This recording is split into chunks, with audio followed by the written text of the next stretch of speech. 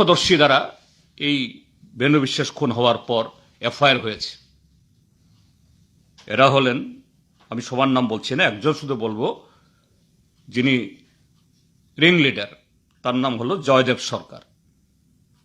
এটা রাজনগর পঞ্চায়েত সমিতির সদস্য, রাজনগর বিজেপি মণ্ডলের সদস্য, এবং ওখানে যে উপস্থিত মহিলা, পুরুষ, আবাল, এদের অভিযোগ হলো সে ওই এলাকার সমস্ত অপরাধের কিংপিন,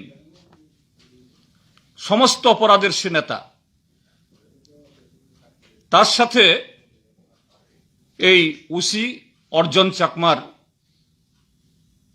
দহরম মহরম সম্পর্ক। সন্ধ্যা হলেই অর্জন চাকমার সাথে এই জয়দেব সরকারদের একটা আসর বসে, সেখানে নানা রকমের আসর। এলাকার মানুষ অতিষ্ঠ, এবং সেদিন এলাকাবাসী যে রিপোর্ট করলেন, যখন আমি প্রায় দুই ঘন্টার মতো ছিলাম সেখানে, এই মহিলা পুরুষ যারা ছিলেন তারা বললেন যে এই বাহিনী, এই জয়দেব সরকার এবং তার বাহিনী, সমস্ত যে বিজেপির লোক, যে কথা বলছি না, কিন্তু অল্প কয়েকজন যারা ওই জায়গাতে চুত্তাখালা এলাকা সহ এই কমলপুর ত্রাস করে রেখেছে গত 1-1.5 বছর ধরে, বা বিজেপি সরকার কায়েম হওয়ার পর, তারা মিন্টু দে নামে একজন শিক্ষক, এই 1 বছরের মধ্যে বলছি, তার আগের কথা বলছি না আমি, তাকে প্রচণ্ডভাবে মারধর করেছে। যথারীতি এই পিয়ারবাড়ি থানা থেকে কোনো অ্যাকশন নেই। খোকন দেবনাথ, তাকেও প্রচণ্ড মারধর করেছে। সুধীর দেবনাথ, আমাদের শ্রীরামপুর লোকাল কমিটির প্রাক্তন সম্পাদক, তাকে মেরেছে। চান মিয়া, তিনিও আমাদের পার্টির লোকাল কমিটির মেম্বার, তাকে মেরেছে। তারপর এই গ্রুপটার হাতেই আজ থেকে 6 মাস আগে ভানু বিশ্বাস, এই যে নিহত বেনু বিশ্বাসের বড় ভাই, তাকে এমনভাবে মেরেছে, অনেকদিন তাকে এই উদয়পুরে গোমতী জেলা হাসপাতালে চিকিৎসিত হতে হয়েছে, এখনো ঠিকভাবে কাজ করতে পারছেন না। তারপর বেনু বিশ্বাসের এক ভাতিজা, তাকে ছুরি দিয়ে প্রায় মেরে ফেলত, কোন রকমের সে প্রাণ নিয়ে বাঁচতে পেরেছে। আর এই ফেব্রুয়ারি মাসের 6 তারিখ এই গ্রুপ, একই গ্রুপ, গোপাল দেবনাথ, তিনি চিন্তা দেবনাথ, আমাদের এসএফআই নেতার বাবা, তাকে মেরেছে। রঞ্জিত দেবনাথ, আমাদের পার্টির লোকাল কমিটির সেক্রেটারি, তার দোকান ভেঙেছে এবং তার বাবাকে মেরেছে। গণেশ দাস, একজন শিক্ষক, তাকে মেরেছে। এরা সবাই হসপিটালাইজড। এফআইআর হয়েছে। আজ পর্যন্ত গত ফেব্রুয়ারি মাসের 6 তারিখে এই উসি অর্জন চাকমার হাতে এফআইআর দেওয়া হয়েছে, সে এফআইআর রেজিস্টারই করেনি। আর যখন একটা খুন হলো, যে আমাদের পুলিশ কত তৎপর, যে এইভাবে প্রেস রিলিজ দিয়ে খুনিদেরকে আড়াল করার জন্য। আমি সমস্ত পুলিশকে আমি দায়ী করব না, কিন্তু একাংশ পুলিশ তাদের সাথে ক্রিমিনাল এবং একাংশ পুলিশের নেক্সাস। আর তার সাথে বলবো, এইভাবে পুলিশ হেডকোয়ার্টার থেকে একটা খুন, এটা সেরকম সঠিক তদন্ত না করে এইভাবে আড়াল করার চেষ্টা, এটা এক ধরনের ক্রিমিনাল অফেন্স। পরিষ্কারভাবে বলবো, it is a criminal offence, যে আসামিদেরকে না ধরার এবং তাদেরকে বাঁচানোর জন্য, এবং ইনডাইরেক্টলি এটা যে মানে হাসপাতালের ডাক্তাররা পোস্টমর্টেম করেছেন, এদের উপরে একটা মানসিক চাপ, এটা করবে না। দ্বিতীয় প্যারা এই প্রেস রিলিজের আরেকটা, এটা আরেক ধরনের অফেন্স। কি অফেন্স, কি লিখেছে দেখুন। There has been some social media posts with suspected fake photographs of deceased containing injury marks to create doubt about the cause of death. Accordingly, an investigation has been taken up for taking appropriate legal action. People are requested not to fall prey to fake social media posts. অর্থ কি?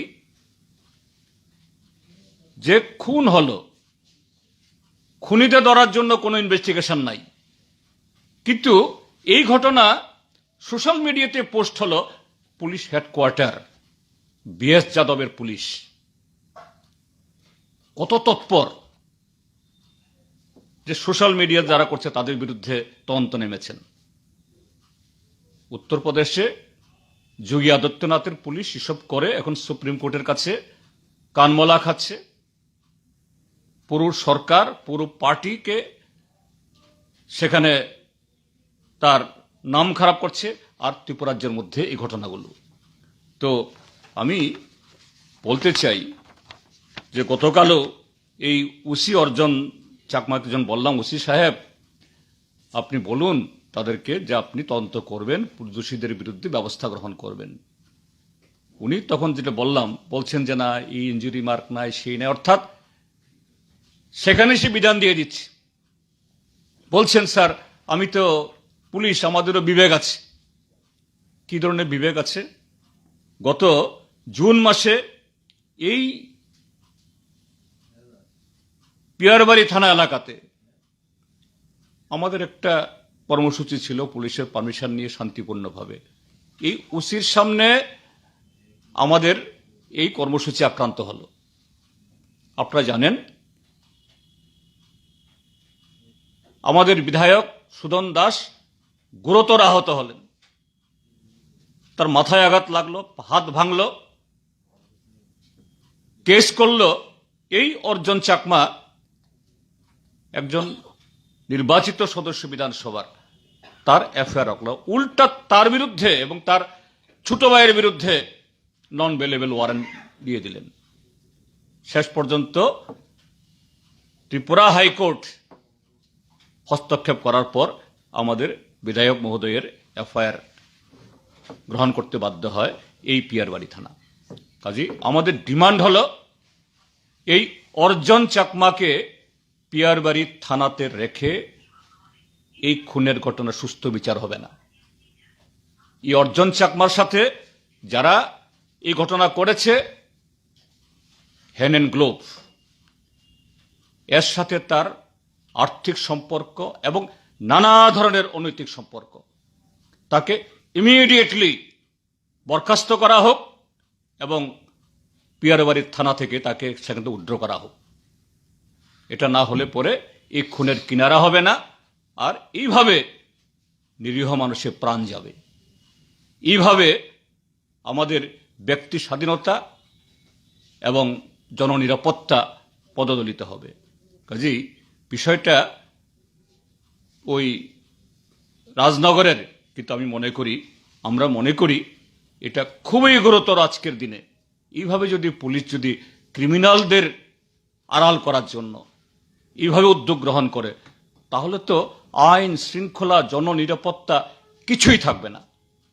এই হলো আজকে আমাদের আপনাদের সামনে যে বক্তব্য রাখার বিষয় রাখলাম। যদি কোনো ক্লারিফিকেশন চান বলতে পারি।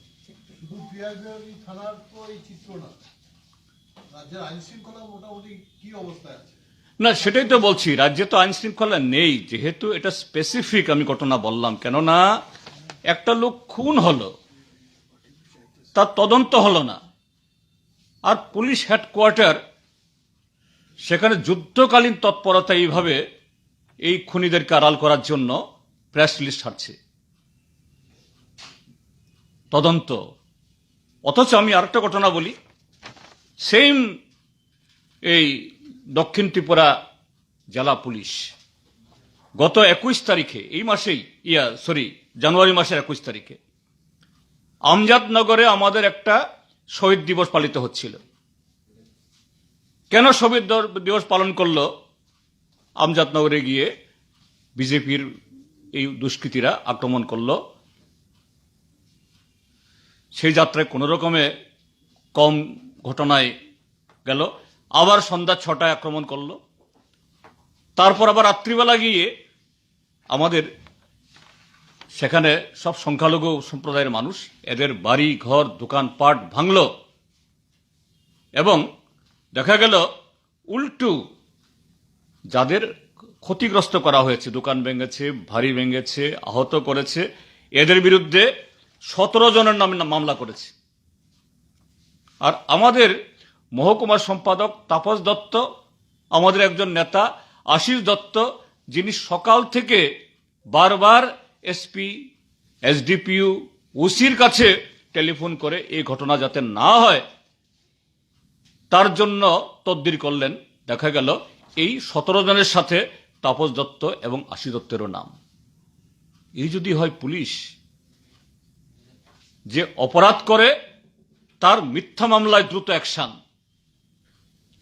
আর যারা আক্রান্ত হয় এদের বিরুদ্ধে অর্থাৎ এই অপরাধ যারা করে তাদেরকে রক্ষা করার জন্য আর যারা আক্রান্ত হয় এদের বিরুদ্ধে মিথ্যা মামলা। এটা সারা ত্রিপুরাতেই। দক্ষিণ ত্রিপুরার বর্তমান যে এসপি কি সিং জানি, কুলবন ছিকরে কি জানি, ব্যক্তিগতভাবে আমার চেহারা দেখা নেই, কিন্তু টেলিফোনে কথা হয়। দু একটি জায়গাতে তার ভূমিকা আমরা দেখেছি খুব পজিটিভ।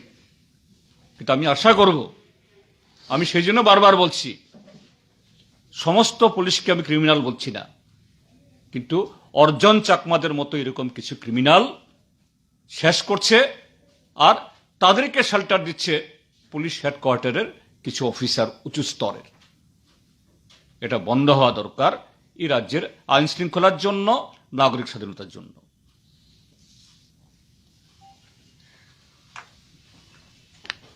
আচ্ছা, আজকের এই টপিকটার বাইরে গিয়ে দুটো প্রশ্ন রয়েছে। প্রথম একটা প্রশ্ন হচ্ছে যে আজকে আমাদের ত্রিপুরা রাজ্যে রাজনৈতিকভাবে আমরা যদি দেখি যে কংগ্রেস দলে বিজেপি বিধায়ক যিনি দল ত্যাগ করে আবার ফিরিয়েছেন, সেখানে তিনি আজকে ভাষণ রাখতে গিয়ে অনেকগুলো বিষয় বলেছেন। এর মধ্যে থেকে দুটো বিষয় তুলব। একটা বিষয়ে তিনি বলেছেন যে সিপিআইএম ভাবছে যে যদি কংগ্রেসে সুদীপ বর্মন ফেরার পর কংগ্রেস এবং তৃণমূলের ভোট কাটাকাটি হবে বা বিজেপির ভোট কাটাকাটি হবে, সেক্ষেত্রে সিপিএম পার পেয়ে বেরিয়ে আবার মসনদে ফিরবে, সেটা ভাবা ভুল। এই প্রশ্নটা তিনি করে, এই বক্তব্য তিনি রেখেছেন, সেই প্রসঙ্গে আপনি কি বলবেন? এটা তো সুদীপ বাবুর ভাবনা। তিনি কি ভাবনা থেকে বলেছেন আমি কি করে বলবো? সিপিএম কি কখনো বলেছে যে আপনারা কংগ্রেসে ফিরে আসুন, কংগ্রেসকে জোরদার করুন, তাহলে আমরা ক্ষমতা আসতে পারবো? সিপিআইএম কখনোই যে অন্য দলের তাদের কোনো অনুকম্পা বা তারা আমাদেরকে সাহায্য করবেন, কৃপা করবেন, তারপর আমরা ক্ষমতায় ফিরব, আমরা কখনো এরকম গুণাক্ষরে আমরা চিন্তা করি না। আমরা আমাদের তাকতের উপর দাঁড়িয়ে, আমাদের শক্তির উপর দাঁড়িয়ে আমরা লড়াই করছি। অতীতেও আমাদের সরকার গঠিত করেছি এবং বর্তমানেও এবং আসন্ন বিধানসভাতেও আমাদের তাকতের উপর দাঁড়িয়েই ত্রিপুরাজ্য থেকে এই বিজেপি আইপিএফটি নামক যে জগদ্দল পাথর বা এই সেই ফ্যাসিস্ট রাজত্ব যারা চালাচ্ছে তাদেরকে ত্রিপুরা থেকে আমরা হটাবো। এটা আমাদের প্রতিজ্ঞা, এটা আমাদের অঙ্গীকার। এই জায়গায় সুদীপ বাবুরা কি করবেন এটা তাদের ব্যাপার। সুদীপ বর্মন আজকে আরেকটি বিষয় বলেছেন ভাষণে এবং বারবার বলেছেন যে যেভাবে, এবং উনি বলেছেন ওনার দলের যারা প্রত্যেককে বলেছেন এবার লাঠি সোটা নিয়ে প্রতিরোধ গড়ে তুলতে বাইক বাহিনীর বিরুদ্ধে। সেক্ষেত্রে তিনি বলেছেন সিপিআইএম এর যারা রয়েছে তাদের কাছেও তিনি অনুরোধ রেখেছেন যে এইভাবে প্রস্তুত হওয়ার জন্য। না, এটা ঠিক আছে, আমি ওটাকে বিরোধিতা করছি না, কারণ আমরাও বলছি যে যার যার পার্টির আদর্শ কর্মসূচি আলাদা, কিন্তু কোনো একটা দল যদি গণতন্ত্রকে হত্যা করে, ফ্যাসিস্ট সুলভ রাজত্ব চালায়, তার বিরুদ্ধে আমরাও দলমত নির্বিশেষে সবাইকে একসাথে উঠে দাঁড়ানো বলি, আমরা ওই কথাটা বলি। এবং আমরা শুধু কংগ্রেসকে বলি না, যে ত্রিপুরাজ্যের মধ্যে বিজেপির মধ্যেও সেখানেও ভালো মানুষ আছেন। আজকে বিপ্লব দেব, জিষ্ণু দেব বর্মারা যেভাবে ত্রিপুরাজ্যে গণতন্ত্রকে শেষ করছে, ত্রিপুরাজ্যের বিজেপির মধ্যেও বিরাট অংশের মানুষ আছেন এটা পছন্দ করছেন না। আমরা তাদেরকেও বলছি, গণতন্ত্র বাঁচলে আপনি যে দলেই থাকুন না কেন আপনিও সুরক্ষিত থাকবেন। কাজে গণতন্ত্র সুরক্ষার স্বার্থে আজকে বিজেপি যে কাজটা করছে তার বিরুদ্ধে সোচ্চার হতে হবে, রুখে দাঁড়াতে হবে। আর আত্মরক্ষার অধিকার সবার আছে, কাজে আত্মরক্ষার অধিকার জন্য যে অস্ত্র হাতে নিলে অপরাধ হয় না, অফেন্স হয় না। সুদীপ বাবু কি কি অস্ত্রের কথা বলেছেন আমি জানি না। আমি বলবো যে অস্ত্র মানে কোনো সেরকম মানে অফেন্স হয় না, নিশ্চয়ই আত্মরক্ষার অধিকার সবার আছে, নিতে হবে আমাদেরকে। নতুবা গণতন্ত্রকে বাঁচানো যাবে না, স্বাধীনতা বাঁচানো যাবে না। সংবিধান ত্রিপুরাজ্যে গত 47 মাস অচল ছিল, এটাকে এভাবে অচল রাখা যায় না। 2018 নির্বাচনের আগে এই সুদীপ বর্মন তারাই অবাম একটা জোট করেছিল এবং অবাম জোটে বামেদের হারিয়ে তারা বিজেপিকে এনেছে। এবার তারাই অবিজেপি জোট করছে। সেই অবিজেপি জোটে কি আমরা সিপিআইএম কে দেখবো আগামী দিনে তাদের সাথে একত্রিত হতে? সুদীপ বাবুরা তো বলছেন ভালো, বললাম তো যে সুদীপ বাবুরা বলেছেন যে না, বামফ্রন্টের সময় নাকি গণতন্ত্র নেই, ব্যক্তি স্বাধীনতা নেই, এগুলি তিনি এসব বলেই তৃণমূল থেকে বিজেপিতে গেছেন। সেই সুদীপ বাবু আজকে বলেছেন কিনা জানি না, কিন্তু বিজেপি থাকাকালীন সময়তে বলেছেন যে বিগত 25 বছরে এইরকম কখনো হয়নি। অর্থাৎ 25 বছরে যে এই বিজেপি আসার পর যে ধরনের গণতন্ত্রের হত্যা, লুট হয়েছে, ভোটাধিকার কেড়ে নেওয়া হয়েছে, বামপন্থী ফ্রন্ট সরকারের সময়তে এরকম হয়নি। তিনি বিরোধী দলের নেতা ছিলেন, বিরোধী দলের বিধায়ক ছিলেন, তিনি কখনো এরকম ভাবে অসম্মানিত হননি। বিজেপি দলের মন্ত্রী এবং পরবর্তী সময়েতে মন্ত্রীর থেকে এই পদচ্যুত হয়ে বিধায়ক থাকার পর তিনি যেভাবে অসম্মানিত হয়েছেন, বামপন্থী ফ্রন্ট সরকার সময়তে এরকম অভিজ্ঞতা কখনো অর্জন করতে হয়নি। এবং তিনি বলছেন যে ত্রিপুরাতে গণতন্ত্র নেই, একটা দমবন্ধকর অবস্থা। তো তিনি পরোক্ষে বামফ্রন্টকেই সমর্থন করছেন। ঠিক আছে, বামফ্রন্ট যা বলেছে, অর্থাৎ তিনি এভাবে না বললেও যে 25 বছর বামফ্রন্ট সরকার, তারাই প্রকৃত গণতন্ত্রের ধারক, গণতন্ত্রের রক্ষক। সেই সময়তে সত্যিকারে মানুষের বাক স্বাধীনতা এবং এ রাজ্যের উন্নয়ন হয়েছে। তিনি তার পক্ষে এটা সরাসরি বামফ্রন্ট করেছে বলা এটা সম্ভব না, কিন্তু তিনি বলেছেন। কাজেই আগামী দিন যে গণতন্ত্র পুনরুদ্ধারে সুদীপ বাবুদের ভূমিকা কি হবে মানুষ দেখবে, আমরাও দেখব। ভালো হলে তো আমরাও ভালো বলবো, আমরা চাই ভালো হোক। ধন্যবাদ।